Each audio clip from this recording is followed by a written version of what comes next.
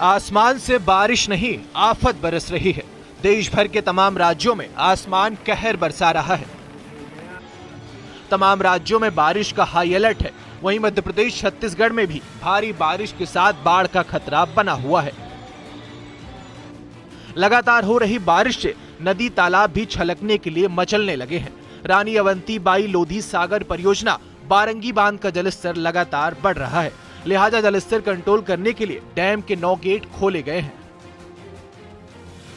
Monsoon season में पहली बार बांध के 21 में से 9 स्लिपवे गेट औसतन 1.33 मीटर की ऊंचाई तक खोले गए हैं। इनमें से 52,195 क्यूसेक पानी छोड़ा जा रहा है।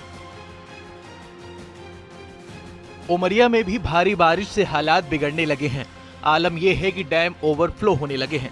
उमरिया में भारी बारिश के बाद जोहिला डैम के 4 गेट खोले गए हैं। Johilla dam Sanjay Gandhi power plant में जोहिला नदी पर बना है।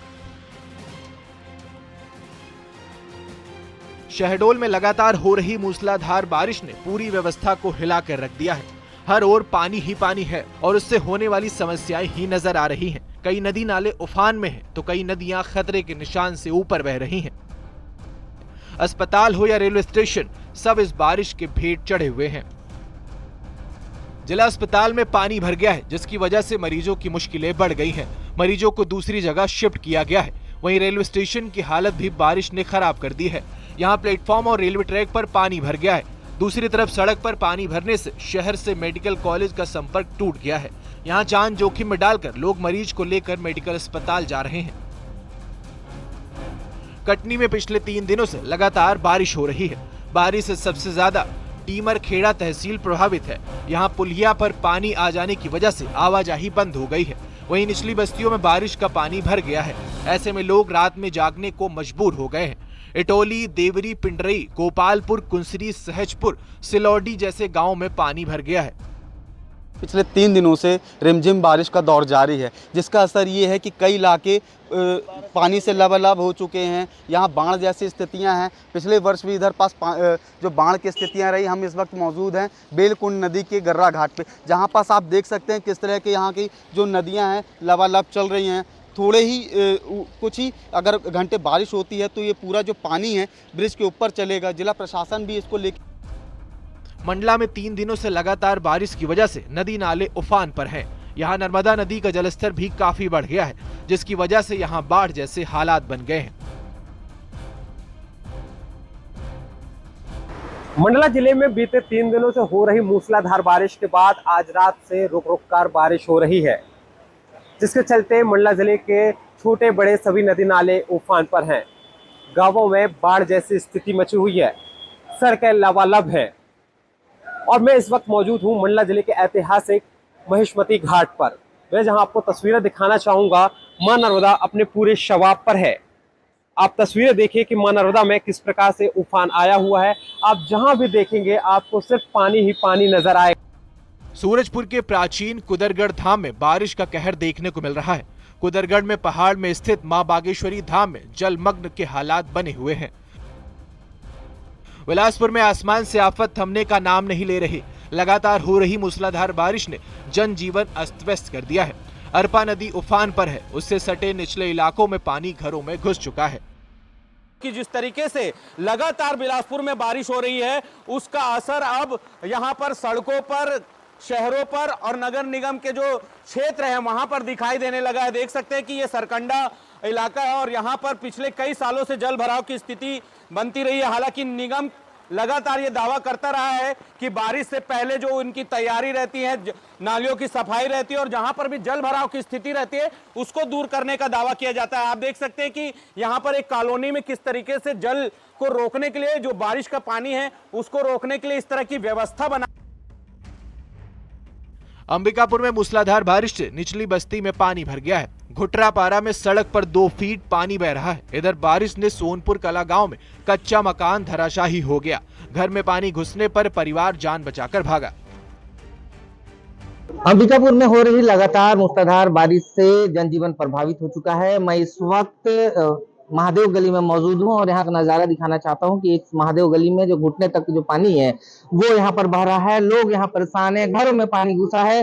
घरों के पानी निकाल रहे हैं लोग, स्थानीय लोग साथ में यहाँ पे मौजूद हो। क्या आप मांग करते हैं, क्या चाहते हैं आप?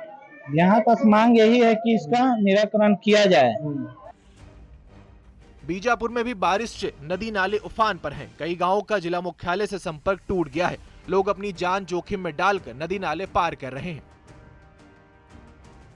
मनेंद्रगढ़ में भी भारी बारिश से नदी उफान पर है। भारी बारिश के कारण नेशनल हाईवे पर पानी भर गया है। वहीं लाई नदी का जलस्तर बढ़ने से नदी के किनारे एक घर पानी में डूब गया है, जिसके चलते एक आदमी पानी के बीच फंस गया। मनेंद्रगढ़ से अंबिकापुर जाने वाली ये मुख्य मार्ग देख सकते हैं कितनी संख्या में यहाँ पे भीड़ जमे है। उसका कारण यह है कि यहाँ पे जो नदी के किनारे जो ये नदी है, लाई स्थित नदी है, नदी किनारे जो रहते हैं स्थानीय लोग हैं वो इस पानी में फंसे हुए हैं। आप दूर देख सकते हैं वो घर है जहाँ पे रेस्क्यू टीम वहाँ पहुँची हुई है और वो ये जो लगातार पानी से यहाँ पे जल भराव हो गया, जल भराव की स्थिति में जो लोग हैं, जो घर के परिवार के लोग हैं वो फंस चुके हैं। हम सीधी मौसम विभाग ने अति भारी बारिश होने की आशंका जताई है। तमाम जिलों के लिए रेड ऑरेंज अलर्ट जारी किया गया है, जहां 24 घंटे में 8 इंच तक पानी गिरने की संभावना है, जिससे लोगों की मुश्किलें और ज्यादा बढ़ सकती हैं।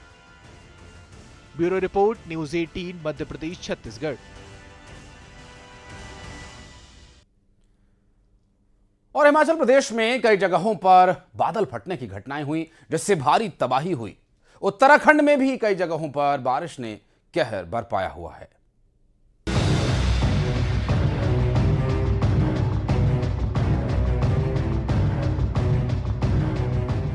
उत्तराखंड से लेकर हिमाचल प्रदेश के पहाड़ों में जबरदस्त बारिश के बाद में तबाही दिख रही है। हिमाचल प्रदेश के चंबा में बादल फट गया। यहाँ पर चुराह में बादल फटने से भारी तबाही हुई है। एक पुल पूरी तरह से क्षतिग्रस्त हो गया। हिमाचल के मंडी में भी बादल फटने की घटना सामने आई। यहाँ पर 3 फुट ओवर ब्रिज सैलाब में बह गया। वहीं एक गाड़ी भी चपेट में आई।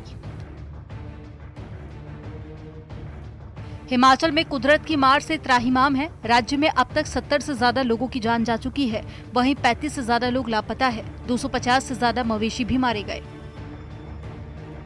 हिमाचल के हमीरपुर में मूसलाधार बारिश से उफान पर आए एक नाले ने रौद्र रूप ले लिया, जिसकी वजह से एक ट्रक फंस गया। वहीं मशक्कत के बाद में ट्रक को बाहर निकाला गया। उत्तराखंड के पिथौरागढ़ में बॉर्डर इलाके को जोड़ने वाली सड़कें लैंडस्लाइड की वजह से बंद हो गई। लिपुलेख बॉर्डर को जोड़ने वाली रोड भी तवा घाट के पास में बाधित हो गई।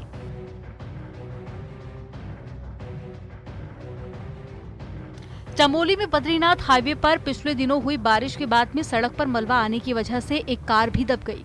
मलबे से पूरी तरह क्षतिग्रस्त कार को निकाला गया।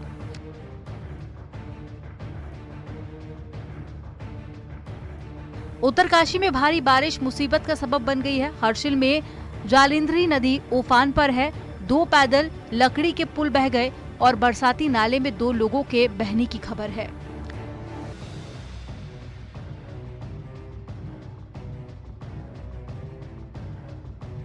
लैंसडाउन रूट पर दुगड्डा के पास में पहाड़ी दरकने लगी है, जिसकी वजह से कई लोग अपने घरों को छोड़कर भी चले गए।